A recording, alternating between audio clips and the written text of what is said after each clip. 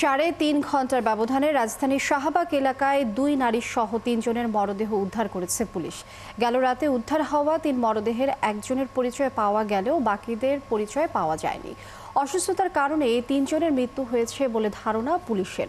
তবে ময়নাতদন্তের পর বিস্তারিত জানা যাবে বলেও জানায় পুলিশ।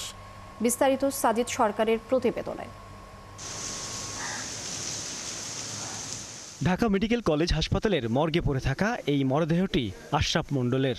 গতকাল সন্ধ্যা 7টায় ঢাকা বিশ্ববিদ্যালয়ের সেন্ট্রাল মসজিদের সামনে ফুটপাত থেকে আশরাফের মরদেহ উদ্ধার করে পুলিশ। শুরুতে পরিচয় নিশ্চিত না হলেও পরে ফিঙ্গারপ্রিন্ট থেকে পাওয়া তথ্য অনুযায়ী তার বাড়ি বগুড়ার দুপচাচিয়ার তালোরা গ্রামে। আশরাফের পর মাত্র 3.5 ঘন্টার ব্যবধানে বৃহস্পতিবার রাতে 2 নারীর মরদেহ উদ্ধার হয়।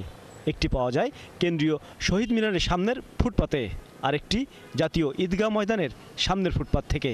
এই 3 মরদেহ নিয়ে পুলিশের দাবি তারা 3 জনই ভবঘুরে অসুস্থতায় মারা গেছেন।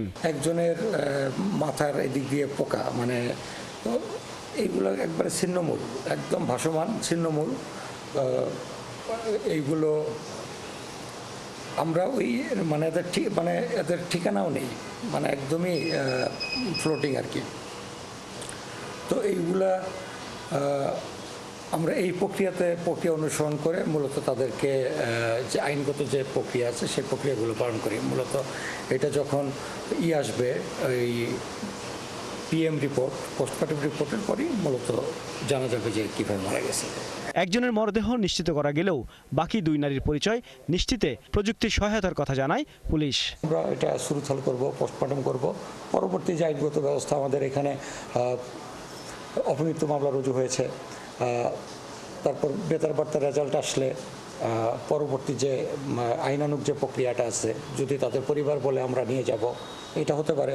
অথবা যদি পরিবারের কোনো কেউ না আসে, সেই ক্ষেত্রে আমরা আসলে বেসিক্যালি আঞ্জুমান মহিদুলের মাধ্যমে লাশগুলো সৎকার করার ব্যবস্থা করি। রাজধানী জুড়ে অসহায় এসব মানুষদের পুনর্বাসন করা গেলে একদিকে যেমন কর্মসংস্থান হবে, অন্যদিকে অপরাধ ও এমন মৃত্যুর সংখ্যাও কমে আসবে বলে জানায় পুলিশ। সাজিদ সরকার, 71, ঢাকা।